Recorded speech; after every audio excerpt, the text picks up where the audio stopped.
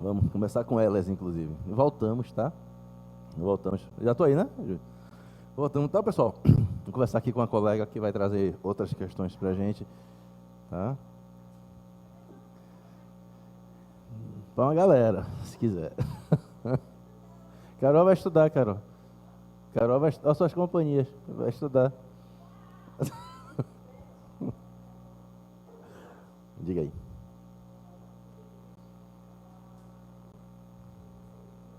Sim.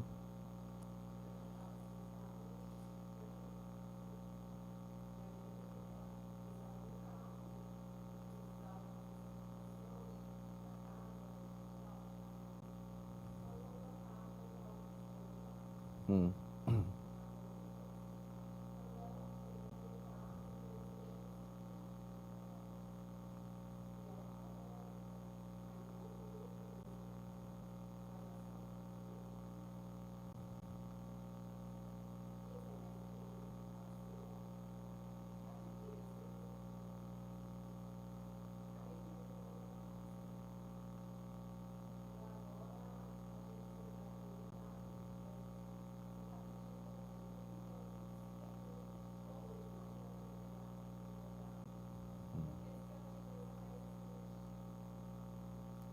Vamos lá. Estava ouvindo a situação da colega. É interessante esse caso, porque ele passa por instrução probatória. Veja, é uma mulher que tinha câncer e adquiriu um carro com desconto em razão da patologia, né? Na, na ocasião da compra do carro, foi-lhe oferecido para ela um seguro de vida. E ela disse que ela sofria de câncer. Assim mesmo, disseram que não teria problema algum, quem estava oferecendo o seguro disse que não tinha problema algum e foi contratado o seguro. No momento que foi contratado o seguro, 3 meses depois ela faleceu. E hoje a intenção é fazer um inventário extrajudicial e o banco se nega a entregar a pólice sob o argumento de que ela não tem direito ao ressarcimento do prêmio porque é, ela não, na verdade, os herdeiros, porque tratava-se de uma doença pré-existente. Aí são duas coisas diferentes, né? Primeiro, essa negativa do banco em fornecer a pólice, né? Essa já é a primeira premissa. E a segunda é que, de fato, vai precisar de uma ação judicial. Dificilmente vocês conseguem fazer isso em inventário extrajudicial. Juizado, não. Juizado, não. Juizado, não. O que ocorre é, talvez, a rolar isso em inventário judicial. E aí o banco vai ter obrigatoriamente que prestar informações, né? Embora vendo o que aqui vai dar. Mas extrajudicial não consegue. Com relação ao direito do consumidor, nesse caso, a questão vai pela prova, né? No momento em que do que foi oferecido o contrato a ela, se ela externou isso, ótimo. A oferta vincula. A gente precisa saber quem foi que ofereceu. Assim, e aí, pronto. Se foi o vendedor do carro que ofereceu, o conceito de fornecedor é quem? Todo mundo que participa da cadeia produtiva. Não é isso? Quem pode responder, inclusive, é a concessionária por esse seguro. Porque o banco pode dizer, não foi preposto o meu. Você fala, não, beleza, eu não quero nem saber de quem foi. Traz todo mundo, porque eu comprei o seguro aqui na concessionária. E quem me ofereceu foi o preposto da concessionária. Então, a concessionária e o banco, ambos respondem. Sim, ambos respondem. Tanto que eu comprei, tanto ele sabia que existia a doença do câncer, que ela comprou com desconto na concessionária. Então, acho ela provar a questão da doença, que foi oferecido um seguro mesmo sabendo da doença pré-existente, é o mínimo. Ela vai conseguir provar. A realidade do spoiler vai conseguir provar isso, tá? Então, de forma muito tranquila, eu acho. Tranquila nunca é, porque é processo, mas vai demorar. Né?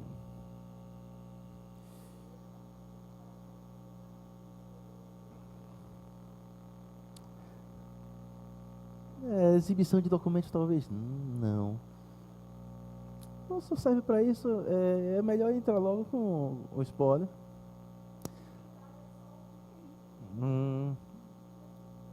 Assim, às vezes nem precisa, porque muitas vezes seguro de vida não precisa nem entrar no inventário. Só que como você não tem acesso à policy, tem alguns seguros, tipo previdência, tem alguns seguros que o beneficiário recebe direto. Tem cláusula na policy, ele recebe direto. Ele indica um beneficiário, o beneficiário recebe direto, não precisa entrar no inventário. Tem que olhar isso, inclusive.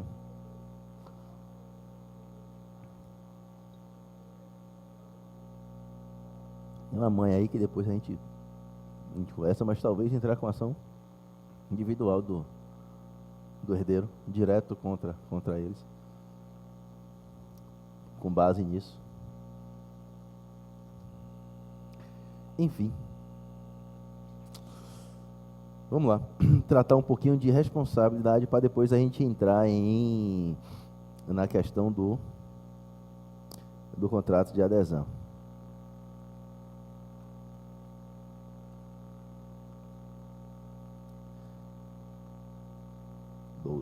Pronto. Aquele bom e velho quadro que a gente fala de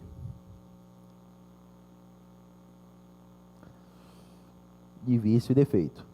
Doutores, vício e defeito, a rigor, é uma invenção da doutrina, sabe? Porque no português são sinônimos, né? Quase sinônimos. Mas, assim, na melhor doutrina, digamos assim, do direito do consumidor, o vício é aquele que torna o produto ou serviço inadequado ao consumo. E defeito é a exteriorização daquele vício. É o fato do produto ou do serviço. É o acidente. É o acidente de consumo. É aquilo que gera risco ou dano à saúde e segurança do consumidor.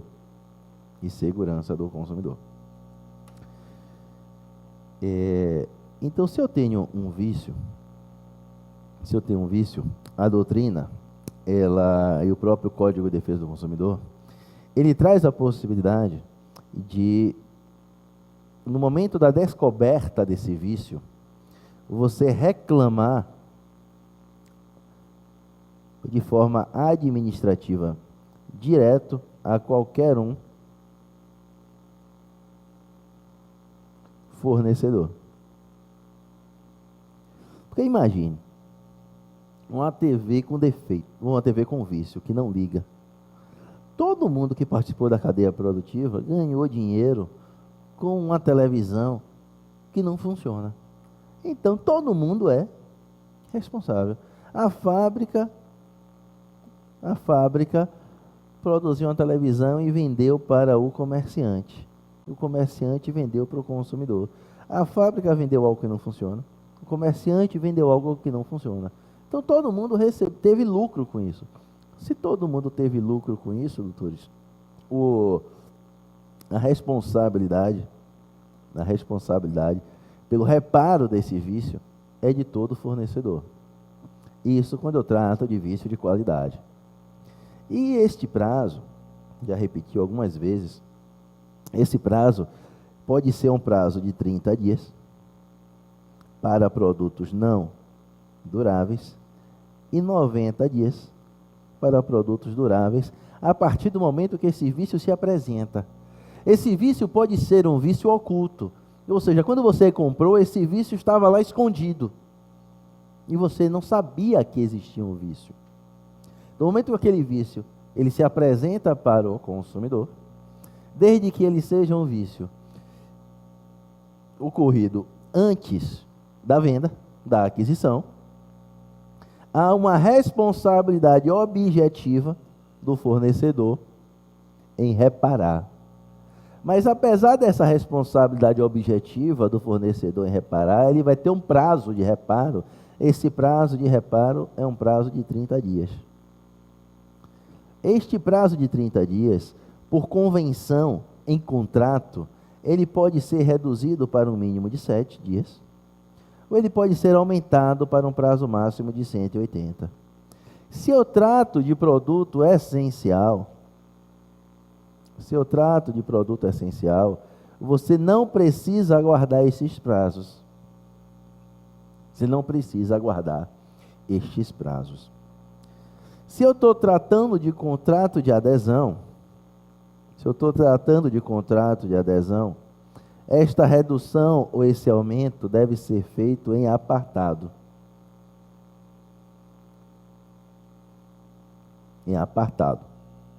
Você deve ter uma cláusula fora do instrumento, fora do que a gente chama, fora do formulário. Porque o contrato de adesão é um formulário, você só preenche alguns dados, mas já está tudo ali escrito, as cláusulas. Então, pronto. Este é o regramento para reparo de vício de qualidade. Se a conservação do produto se der no estabelecimento comercial, o responsável exclusivo é o comerciante. É uma observação que tem que ser dada. Se a conservação é feita no estabelecimento comercial, a responsabilidade é exclusiva do comerciante. Se eu estou tratando de vício de quantidade, se o produto é industrializado, responde todo mundo pelo vício de quantidade, porque ele foi produzido em escala menor do que está sendo vendido. Tem lá, na etiqueta, 1 quilo e tem meio. Mas ele saiu assim da fábrica, ele é um produto industrializado. Mas se a mensuração ou a pesagem ocorre no estabelecimento comercial, também a responsabilidade ela é exclusiva do comerciante. Então o comerciante responde de forma exclusiva em 2 hipóteses. Primeiro, quando ele é responsável pela conservação e não faz a contento. Segundo, quando a mensuração, a pesagem é feita no estabelecimento comercial. Ponto. Fora isso, um produto de melhor qualidade colocado no mercado não torna o produto de menor qualidade com vício ou com defeito. É a história do airbag e do ABS. Os carros com airbag e com ABS começaram a ser fabricados a partir de uma data. Os anteriores que não tinham ABS e não tinham airbag não tem vício, não tem defeito. Funciona da forma como tem que funcionar, da forma como era permitida a sua fabricação naquela época. Tá? Como é que dá para o fornecedor se eximir de responsabilidade? Afirmar de que não existe vício. Não, a televisão funciona. Afirmar de que o vício decorre do mau uso pelo consumidor. De que o vício foi um vício que surgiu depois da venda. Depois da aquisição. Ele também consegue se eximir. Mas quem vai provar isso é o fornecedor. Quem deve provar essas excludentes é o fornecedor. Quando eu trato de acidente, sim, se não for cumprido esse prazo aqui, por óbvio, tá? Se esse prazo aqui não for cumprido, a escolha é do consumidor. A escolha entre o dinheiro de volta, substituição por outro de igual condição, ou por outro de melhor qualidade, desde que ele pague a diferença. Ou então, abatimento do preço em razão do vício. Abatimento do preço em razão do vício. Quem escolhe é o consumidor. Certo? Se eu estou tratando de vício, ou de defeito, de fato, se eu estou tratando de acidente, eu já não tenho prazo prescricional, já não tenho um prazo decadencial de 30 ou 90. Eu tenho aí um prazo de prescrição. Um prazo de prescrição de 5 anos. Para quê? Para ajuizamento de ação indenizatória, de ação de ressarcimento de dano, porque o acidente gera um dano ao consumidor. Quem é o responsável? A regra é que a responsabilidade é do fornecedor, pelo fato do produto. A regra é que a responsabilidade é do fornecedor, e aqui você exclui o comerciante.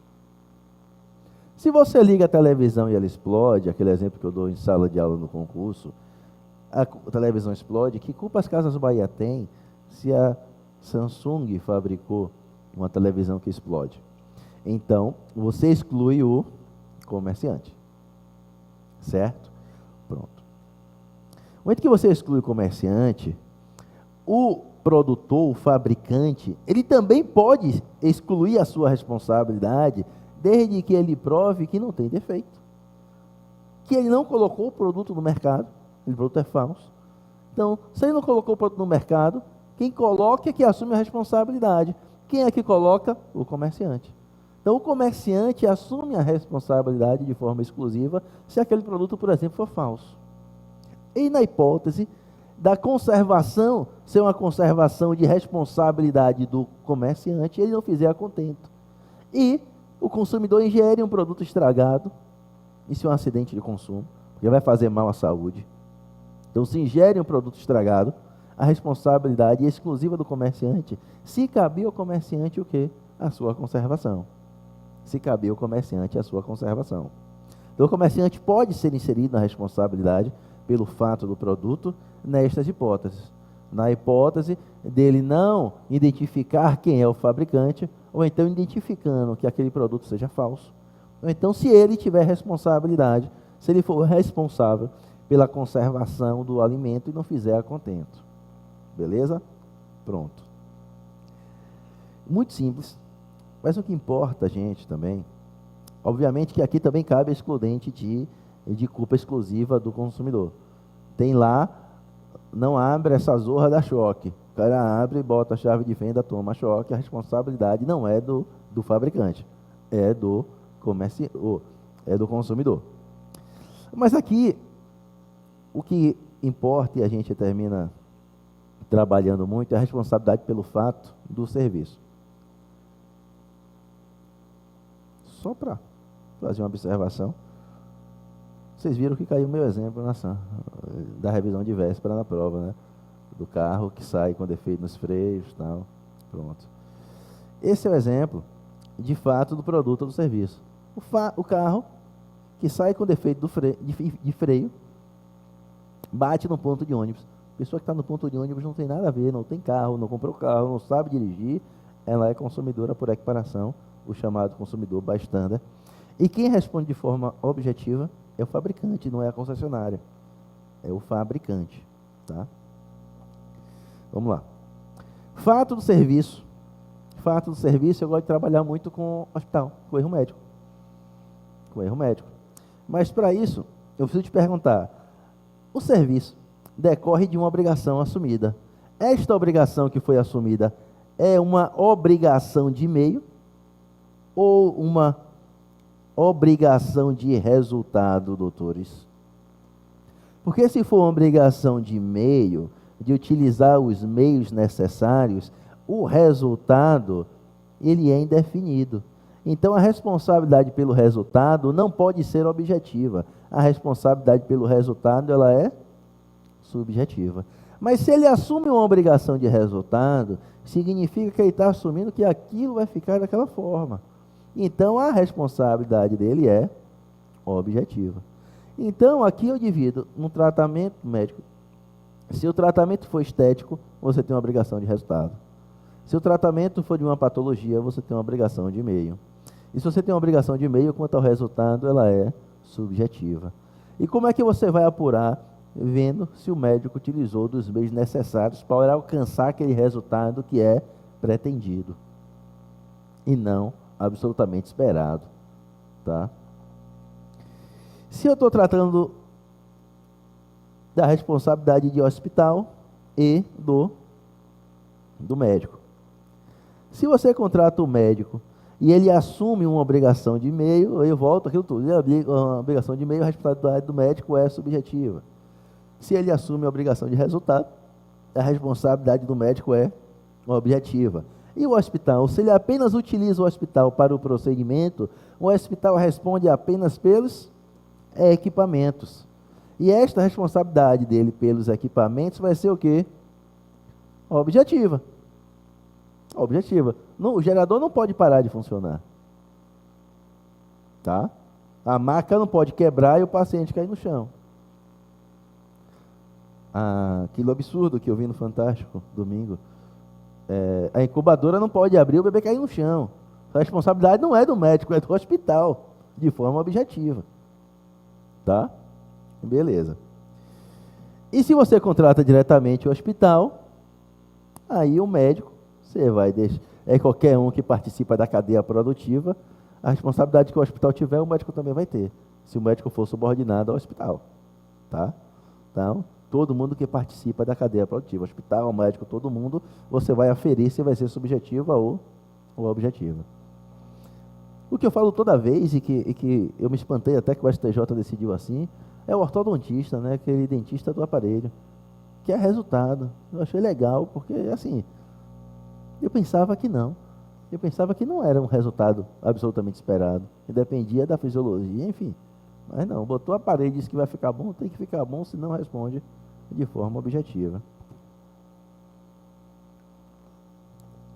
Maravilha.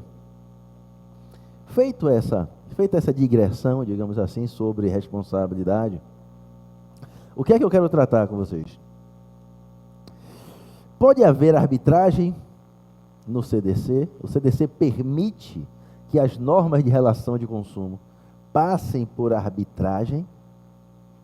Sim.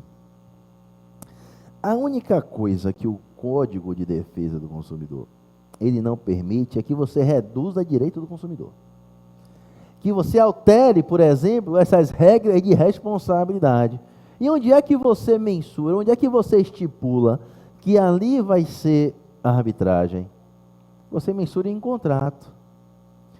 E se ali você inverte qualquer regra, essa cláusula de inversão, que inverte ônus da prova em desfavor do consumidor, que inverte a responsabilidade, que diz que a responsabilidade pelo reparo de produto não é do fornecedor, mas de um terceiro, isso tudo é cláusula nula. Mas a arbitragem não. A arbitragem não. E aí é uma discussão com o Borba, que eu vou pedir para ele adentrar amanhã com vocês, é a questão do artigo 190 do CPC, que é a cláusula de negociação processual, o acordo processual. Cabe acordo processual em causas de direito do consumidor? Borba estava escrevendo isso, estava escrevendo um projeto sobre isso. E a gente tem várias situações, veja, se a vulnerabilidade do consumidor ela é absoluta, né? Como a gente já viu, você pode forçar o consumidor a levar aquele problema para a arbitragem? Não pode. Tanto que não pode estar no contrato de adesão no meio do formulário. No momento que você firma uma arbitragem em uma relação de consumo, a cláusula sobre arbitragem deve ser em apartado. Mas você pode firmar a cláusula de negociação processual aqui, artigo 190, em se tratando de relação de consumo? No meu ponto de vista, você pode, desde que você não altere o quê? As regras processuais que o CDC traz. Porque regra processual que o CDC traz é regra de ordem pública. Então, eu não posso alterar ônus, eu não posso alterar competência. Sabe que a gente tem uma norma no CDC que diz que a competência nas relações de consumo é sempre da competência da comarca de residência do consumidor. Mesmo se o consumidor for autor. Qual a regra geral de competência em se tratando de direito pessoal? É comarca de residência do réu. Se o cara for consumidor, é nele. Então, quando você for viajar, né? Está lá no hotel, deu algum problema com o hotel, você é advogado, se tiver condições de mudar de hotel, mude. Não mude o hotel, pague, e aí você vem aqui em Salvador, você ajuiza a ação. O cara vai ter que sair de lá para vir se defender aqui, o que é relação de consumo. O que é relação de consumo. Veja o transtorno. Ou seja, ele vai fazer de tudo para fechar um acordo e resolver isso. Já consegui resolver várias coisas minhas. Falava, não tem problema nenhum. Eu contratei isso lá em Salvador. Mas se você não quiser cumprir com o que está contratado, eu vou mudar de hotel. Agora eu estou logo te avisando. Prepare, preposto, para mandar para lá. Porque eu vou ajuizar a ação em Salvador. Aí, quer tá acomoda. E a gente senta e resolve. Então, algumas situações, isso de competência é uma situação bem esdrúxula, porque no código, no CPC, a gente permite o quê? Cláusula de eleição de foro. Cláusula de eleição de foro é válida em relação de consumo? Em regra, não tem nada que fale que não caiba. Mas veja, se essa eleição de foro foi um foro diferente da residência do consumidor, para mim isso é abusivo. Porque se você está ali para proteger o consumidor e determina que ele vai ter que se defender de um contrato bancário que ele está fazendo no banco, vai ter que se defender em São Paulo? Como? Se ele quiser ajuizar uma ação contra o banco, ele vai ter que ir em São Paulo? No meu ponto de vista, isso desequilibra a relação contratual, esse desequilíbrio é cláusula abusiva. Então, muito cuidado com cláusula de eleição de foro, porque não tem nada na lei dizendo que não cabe em relação de consumo. Mas por conta da competência, e se tem a competência do domicílio do consumidor, o Borba vai me matar agora, mas se a competência territorial, neste caso, é na comarca de residência do consumidor, competência territorial é aquela que pode ser modificada, na verdade? Porque a competência é relativa. Então, você só pode modificar, pode modificar. Pronto. O juiz pode declarar incompetência territorial de ofício? Não, porque a competência é relativa. Na relação de consumo, pode. No meu ponto de vista, na relação de consumo, muito tranquilo. De ofício, ele pode, o quê? Determinar incompetência e mandar para a comarca de residência do consumidor, porque o CDC são normas de ordem pública. Simples assim. E diz que a competência é na comarca de residência do consumidor, ainda que seja uma situação que verse sobre competência relativa, tá? Então, muito cuidado com isso. Pronto. Então, se você respeitar as normas processuais e as normas de responsabilidade e os direitos básicos do consumidor, nada impede que você tire aquela ação do Poder Judiciário. Aquela demanda, na verdade. Você tira aquela demanda do Poder Judiciário e leve para a solução alternativa de conflito. Lá, quando a gente for falar de arbitragem, a gente vai trabalhar, de fato, como é que se dá uma solução arbitral. Como é o mecanismo passo a passo, que eu digo, a receita do bolo, como é que o árbitro deve se comportar ao receber uma demanda arbitral. Tem que cumprir requisito, tem sentença arbitral tem requisito, precisa ter relatório, fundamentação, dispositivo. Sentença arbitral, você pode recorrer, se você recorrer, você vai recorrer para onde? Ou seja, essa solução fora do Poder Judiciário, como é que ela se desenrola? Mas na origem eu quero dizer para vocês que cabe, desde que você, naquele contrato, você não altere direito do consumidor, não suprima direito do consumidor. E inclua aí o negócio jurídico processual. Vamos lá. Então, eu já disse para vocês que, em se tratando de contrato de adesão, eu devo fazer isso em cláusula apartada. Trabalhando ainda com contrato de adesão, as normas do contrato de adesão que estão contidas no CDC estão contidas no artigo 54. E diz lá, ó,